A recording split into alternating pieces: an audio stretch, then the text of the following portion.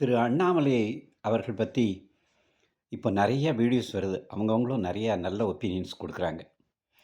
இதில் நம்ம இண்டிவிஜுவலாக ஒரு ஒப்பீனியன் கொடுக்கலன்னா அது ஏதோ ஒரு பெரிய மிஸ்டேக் பண்ண மாதிரி ஆகிடுமோன்னு நினச்சி தான் நான் இந்த வீடியோ போடுறேன். அண்ணாமலைக்கு ஒரு பெரிய பொறுப்பு இருக்குது தமிழ்நாட்டை பொறுத்த வரைக்கும். நல்ல வேலையாக அவர் ரைட் டைமாக பிஜேபியிலேருந்து வெளியில் வந்தார். பிஜேபி ஒரு நல்ல கட்சி தான். ஆனால் அது ஆல் ஓவர் இந்தியாவில் இருக்கிறதுனால ஆல் ஓவர் இந்தியாவுக்கு என்னென்ன ஃபார்மாலிட்டிஸ் ப்ரொசீஜர்ஸ் பண்ணணுமோ அதை தமிழ்நாட்டிலையும் பண்ண வேண்டியிருக்கு. பட் தமிழ்நாட்டு அரசியல் is entirely different from other states. தமிழ்நாட்டு அரசியல் is entirely different from other states. இங்கே கொஞ்சம் மொராலிட்டி போயிடுது. திரும்பி அந்த மொராலிட்டியை கொண்டு வரணும்னா அண்ணாமலை வந்திருக்கிறது ரைட் டைம். அவர் பாஜகலேருந்து வெளியில் வந்தது வெரி வெரி ரைட் டைம். நான் சொல்கிறத எவ்வளோ தூரம் இதை பார்க்குறவங்க புரிஞ்சுப்பாங்கன்னு எனக்கு தெரியல. ஆனால் ஒரு அப்பாவும் அம்மாவும் ஒரு ஸ்கூல் ஸ்டூடெண்ட்டும் ஒரு காலேஜ் ஸ்டூடெண்ட்டும் அண்ணாமலையோட ஸ்பீச்சஸ் கேட்கணும். அவர் நிறைய காலேஜஸில் பேசுகிறார், நிறையா ஸ்கூலில் போய் பேசுகிறார்.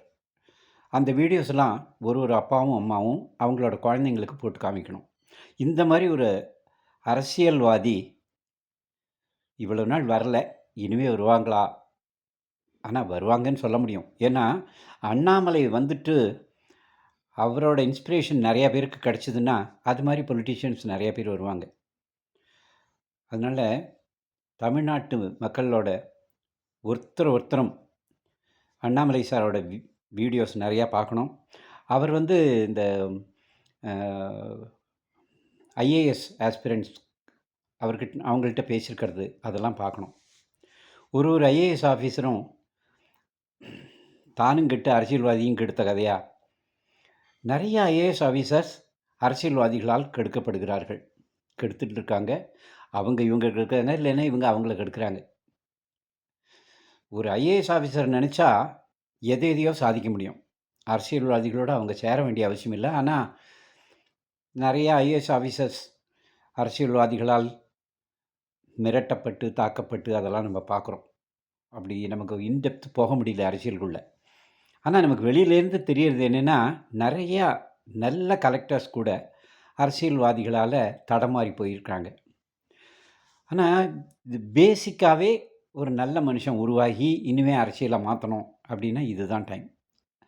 நம்ம எல்லாரும் மனசார நம்மளோட ஃப்யூச்சர் நல்லா இருக்கணும்னா, நம்ம குடும்பத்தோட குழந்தைகள் நல்லா இருக்கணும் அப்படின்னா, அண்ணாமலை மாதிரி ஒருத்தரை மேலே கொண்டு வரத்துக்கு வழி செய்யணும். இதுதான் வெரி ரைட் டைம். கொஞ்சம் கூட யோசனை பண்ண வேண்டாம்.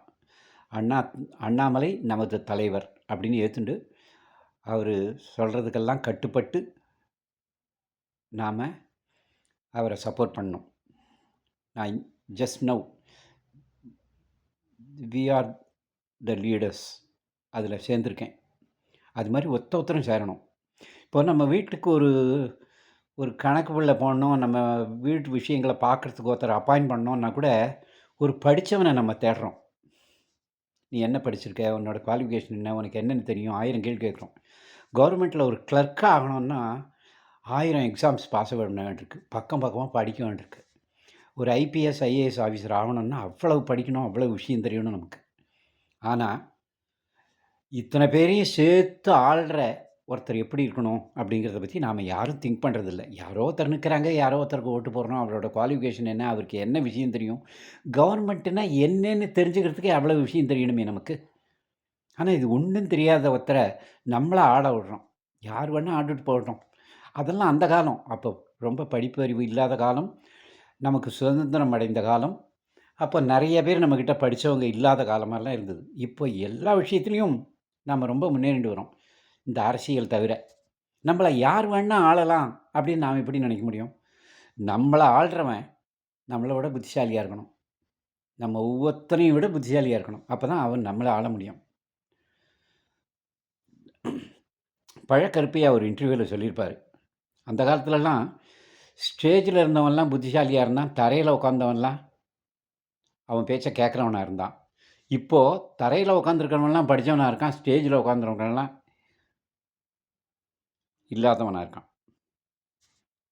அப்படின்னு சொன்னார் ஒரு இன்டர்வியூல. Very correct interview. கரெக்ட்டான வார்த்தை அது. ஆனா இதெல்லாம் பேசுறதுக்கு பயம் இருக்கிற அளவுக்கு அரசியல் வந்துடுச்சு கொஞ்ச நாளா. எப்படின்னு தெரியல. ஜனங்கள் ரொம்ப மாறி போயிட்டாங்க இந்த 26 எலக்ஷன்ல. என்ன காரணத்துக்காக மாத்துனாங்கன்னுலாம் ரொம்ப கரெக்ட்டா சொல்ல முடியாது. அவங்க புத்திசாலி ஒருத்தர் நம்மள ஆளட்டும் அப்படின்லாம் நெனச்சாங்க அப்படின்லாம் சொல்ல முடியாது. ஆனா, அந்த எண்ணம் மனசுக்குள்ள வந்திருக்குங்கிறது மாத்திரம் இந்த எலக்ஷன்லேருந்து தெரிஞ்சுது. இதுதான் ரைட் டைம். அண்ணாமலைய நம்ம எல்லாரும் சப்போர்ட் பண்ணி, அவர நம்ம ஸ்டேட்டுக்கு தலைவரா கொண்டு வரணும். இதுக்கு நம்ம ஒவ்வொருத்தரும் உழைக்கணும். நம்ம ஒவ்வொருத்தரும் நம்மளோட ஃப்ரெண்ட்ஸ்கிட்டலாம் சொல்லணும். இது ரொம்ப கஷ்டமான வேலை தான். ஆனா, this is the very right time. We have to do it immediately that too. Okay. Good bye.